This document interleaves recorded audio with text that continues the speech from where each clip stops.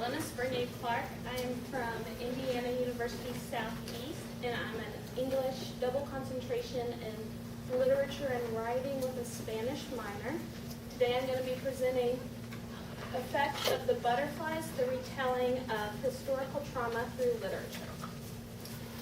For the people of the Dominican Republic, the reign of the dictator Rafael Leónidas Trujillo Molina marked a period of frightening oppression for over 30 years, from 1930 to 1961. The Dominican citizens were forced into an alarming state of compliance, as the smallest complaint oftentimes meant disappearance, imprisonment, torture, and even death for entire families. Despite their fear, some brave citizens spoke out against their dictator in hopes for a brighter future. Among them were the Mirabal sisters, codenamed Las Mariposas, or the Butterflies, whose actions were sealed with grave consequences. The murders of the Mirabal sisters by Trujillo's secret police acted as a final straw in the Trujillo regime. However, their lives in this dark period were not soon forgotten. Dominican-American authors Julia Alvarez and Junot Díaz captured these tumultuous times in their work. While Alvarez's novel In the Time of the Butterflies is fiction, it follows the sequence and events that transpired in the very real lives of the Mirabal family. Díaz's novel, The Brief and Wondrous Life of Oscar Wilde, shows the careful research of Trujillo-era Dominican Republic, yet most of its characters and their stories are his own creation. When paired together, the factual traumas incurred by the Mirabal sisters are seen in both novels.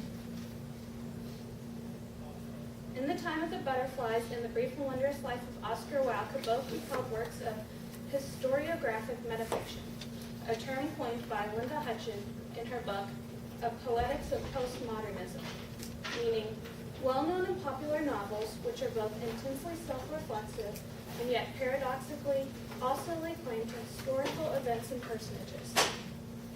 However, when the history being recreated is that of trauma, both suffering and injustice, the repeating of that trauma through various works of literature is a study unto itself. In her book, Unclaimed Experience, Trauma, Narrative, and History, Kathy Carew, professor of comparative literature at Emory University, states, through the notion of trauma, we can understand that a rethinking of reference is aimed not at eliminating history, but at resituating it in our understanding. That is, at precisely permitting history to arise where immediate understanding may not.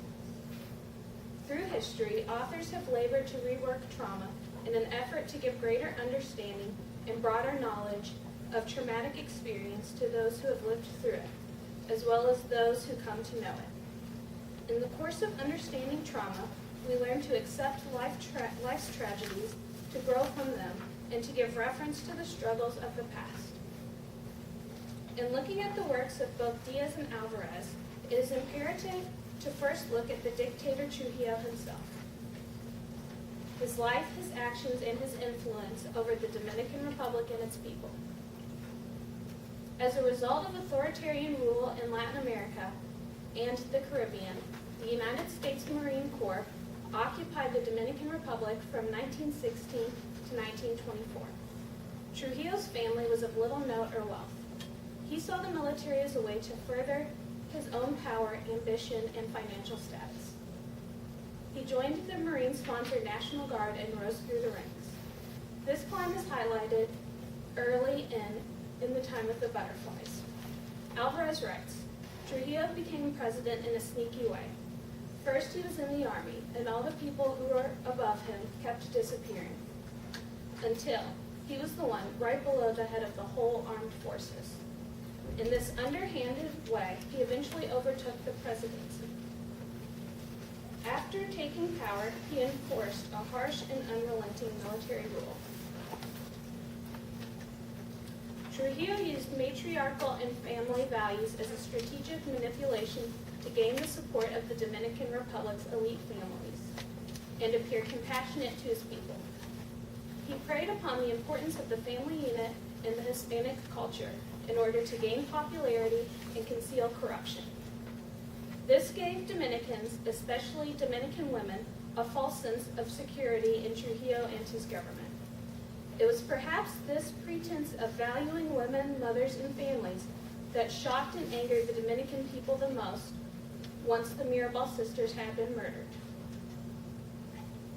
Patria, Minerva, and María Teresa Mirabal grew up in the town of Ojo de Agua, Salcedo, daughters of Don Enrique and Doña Che Mirabal. The family was affluent, owning a farm, a coffee mill, a meat market, a merchant shop, and a rice factory. The first publicized crisis between the Mirabals and Trujillo happened in October of 1949 when the family was hand-delivered an invitation for a Columbus Day party at Trujillo's home in San Cristobal. This event is revitalized in The Time of the Butterflies. When the party invitation arrives, it requests Minerva come to the party. The implication of requesting Minerva's presence at his party would have been clear, as Trujillo was known for his sexual prowess. When Minerva is made to dance with Trujillo at the party, he makes an advance on her, which she refuses, and her family quickly retreats from the party. For the elite, Trujillo's parties were an obligation rather than an event.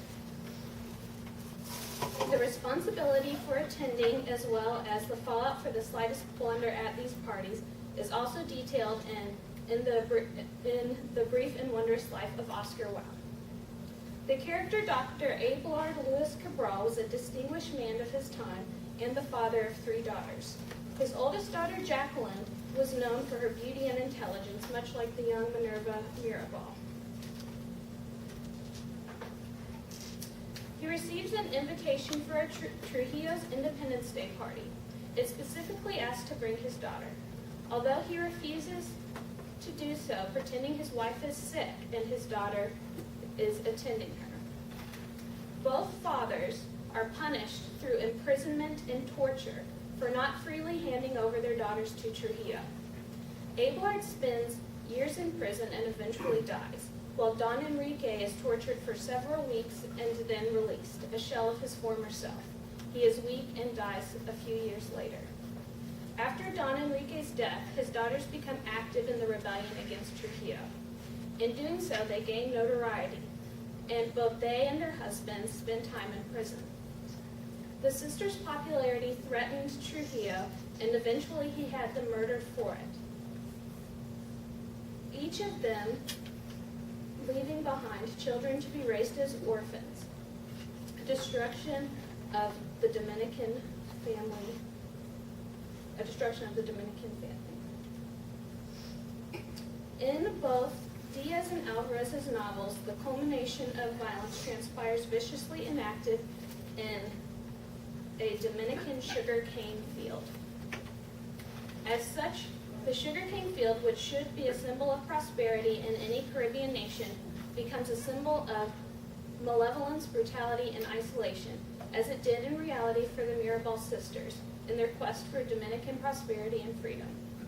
On the night of November 25th, 1960, the Mirabal sisters were on their way home from a visit to their imprisoned husbands when Trujillo's secret police stopped their car. The women and their driver were taken out to the cane fields and beaten to death, an incident that was attempted to be covered up as a car accident. Díaz remembers the Mirabal's murder as he allows the historical trauma of it to ripple through his work in The Brief and Wondrous Life of Oscar Wilde.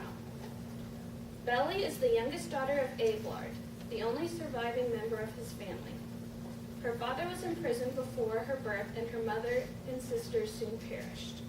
As a teen, she becomes pregnant by one of Trujillo's men, who happens to be married to Trujillo's sister. In the older woman's jealousy, she has the girl brutally beaten and left for dead in an isolated sugarcane field. The scene is not unlike the one describing the real-life murders of the Mirabal sisters. Her unborn child is killed, and it is a miracle that she lives. In beating Belly and killing her child, Díaz is showing the ways in which the regime defiles the family unit. desecrates the mother, and destroys the child. The very things Trujillo has sworn to protect, he corrupts. In this rendering of the Mirabal murder, Díaz allows the figure of the mother to live while the unborn child is killed. In one sense, the effect is the same in that the family structure is destroyed. Yet on the contrary, the theme of survival is explored. Belly's second chance is one marred by her trauma. She again is the sole survivor, as she was as a baby when her family was shattered by Trujillo's regime, leaving her an orphan. She is now the mother who has survived the death of an unborn child. She moves to America, where she has 2 more children whom she raises on her own as an overworked single mother, another representation of the marred Dominican family unit. As the story moves to the 1990s, the Trujillato is over, but the Dominican corruption is not. Oscar, Belly's son, returns on vacation to the Dominican Republic. As his mother did, he falls in love with the wrong person. Yvonne, a free-spirited aging prostitute, is already the object of a policeman's distorted affections. And like Trujillo's secret police, he feels at liberty to carry out his own vengeance. We see how it is not only the victimization and trauma that moves from one generation to the next, but how the corruption of the perpetrator is also passed on. This is how Oscar, too, ends up in the sugarcane fields. Díaz writes, "They walk him into the cane and turn him around. He tried to stand bravely." The murder scene this time is left ambiguous. His death, however, is certain. This is similar to the portrayal of murder in The Time of the Butterflies. The return to the sugarcane field at this point has become symbolic as a platform for trauma. The height and density of the canes creates a veil, while the sound they make as they crash together in the Caribbean breeze quiets the desperate pleas and violent commotion of murder. The murder of the Mirabal sisters is reworked once more, using the same setting. The victim from the next generation and opposite gender represents the inescapable propensity for trauma to carry on. To ask us whether it is some characteristic of the trauma victim or the act of trauma in itself that shocks us as the witness to its brutality.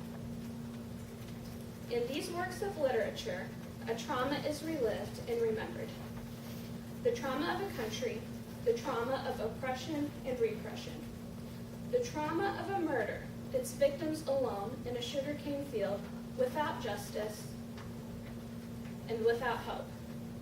Alvarez in her historical fiction gives new life and humanity to the martyrs of the past, while Díaz's groundbreaking novel has taken a history of trauma, the historical account of the Trujillo regime and the murder of the Mirabal sisters, and recreated it entirely. These stories allow a new generation to understand the past in relation to politics and narrative. This generation of literature proves both powerful and proficient in the art of revival. It is in this rebirth of trauma that we are able to recall history as we relate the trauma of today to the traumas of the past.